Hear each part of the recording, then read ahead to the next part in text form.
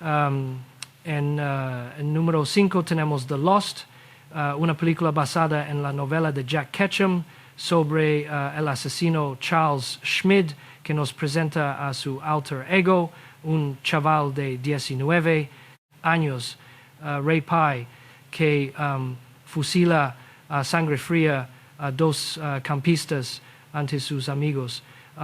4 años más tarde, la policía sabe de sobra que es el culpable, pero no tiene pruebas. Mientras la soberbia del rey crece y todo se sumerge en una espiral de caos absoluto. Pero os aseguro que la realidad no fue mucho peor.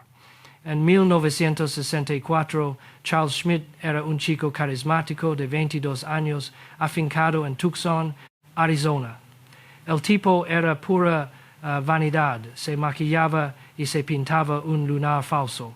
Obsesionado con su baja estatura, metía periódicos y latas en sus botas vaqueras para ganar unos centímetros. La noche del 31 de mayo de 1964, su novia Mary French y su colega John Saunders tendieron una trampa a Aileen Rowe, de 16 años, llevándola a un sitio aislado. Allí, Schmidt abusó de la joven y la asesinó a golpes, usando una piedra afilada. Luego ocultaron su cadáver. Durante un año entero, los investigadores de Tucson no tuvieron ni una sola pista sobre su paradero. Pero su nueva novia, Gretchen Fritz, de 17 años, conocía el secreto porque él mismo se había jactado de ello. En agosto de 1965, cuando él intentó dejarla, Gretchen le amenazó con delatarlo. Schmidt enloqueció y la estranguló para luego cruzar el pasillo y asfixiar a su hermana de 13 años, Wendy.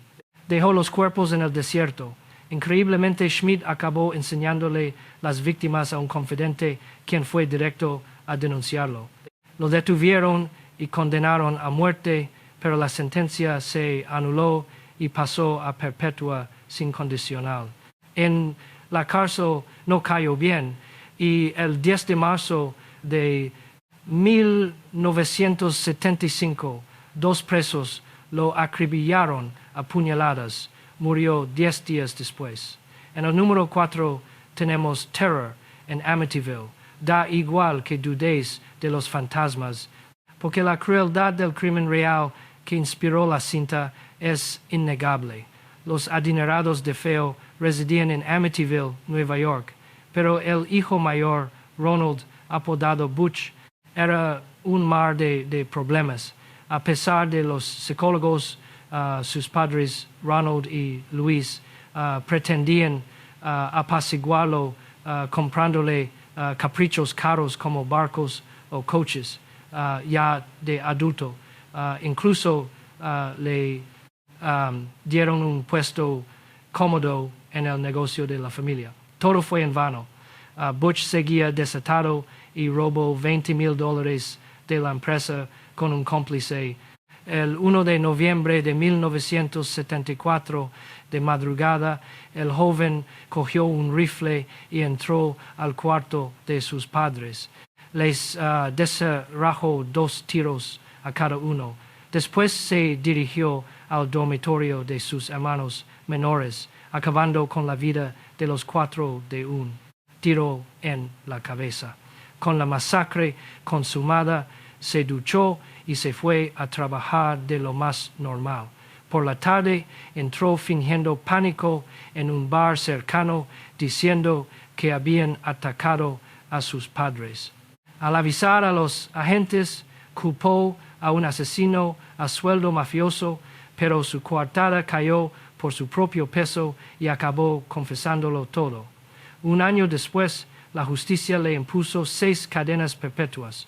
Un mes más tarde, los Lutz se instalaban en esa casa, sembrando la leyenda de Terror en Amityville. En el número 3 tenemos la Emma, dirigida por Fritz Lang.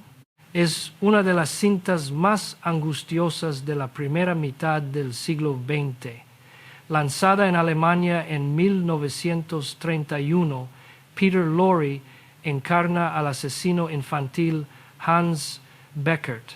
Lo macabro es que apenas le vemos, solo percibimos su presencia cuando silba en la gruta del Rey de la Montaña de Edvard Grieg.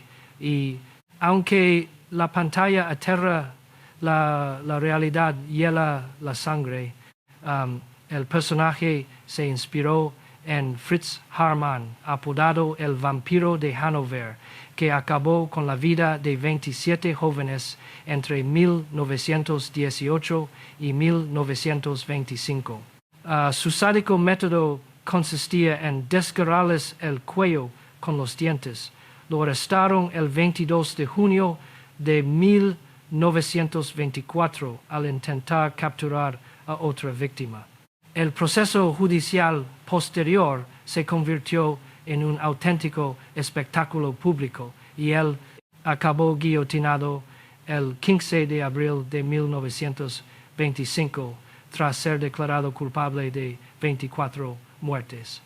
En el número 2, Henry, retrato de un asesino. Esta emblemática película de 1985 llegó con calificación X. Eso complicó su distribución, pero a las puertas de 1990 ya era un éxito de culto de los pases de medianoche. La cinta retrata las crueles andanzas de Henry Lee Lucas, un depredador real activo de 1960 a 1983. Aunque altera detalles, se parece muchísimo a la escalofriante realidad. De hecho, Lucas unió fuerzas con el sádico Otis Toole. Se encontraron en 1976 en Jacksonville, Florida, entablando un lazo sentimental sumamente oscuro. Toole llegó a confesar que arrebataron la vida a 108 personas juntos, una cifra que bien podría ser la punta del iceberg de su barbarie. Detenido por fin, Lucas se atribuyó falsamente 3,000 crímenes, aunque sus condenas reales fueron 11. Murió entre rejas en 2001 y Toole, verdugo de al menos 6 personas inocentes, falleció en 1996. Nunca sabremos cuántas vidas destrozaron. Y en el número 1, Snowtown. Este thriller psicológico retrata el horror desatado por John Bunting y su grupo de supuestos justicieros.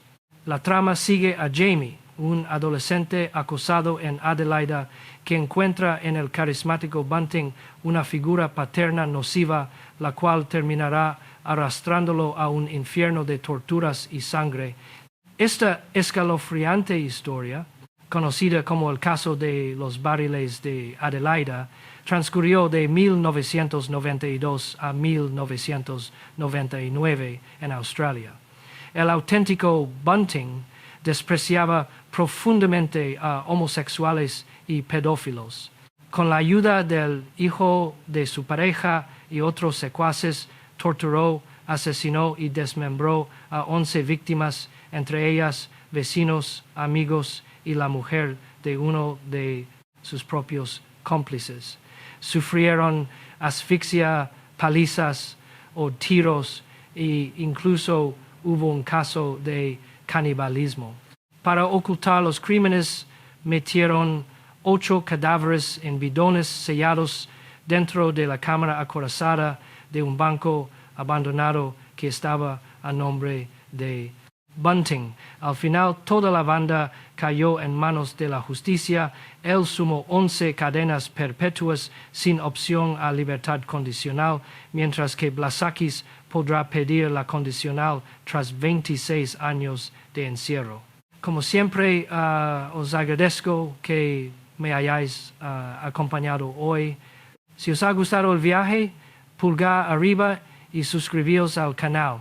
Nos vemos el próximo domingo a las 11 de la mañana con un nuevo caso. Gracias por vuestro apoyo constante.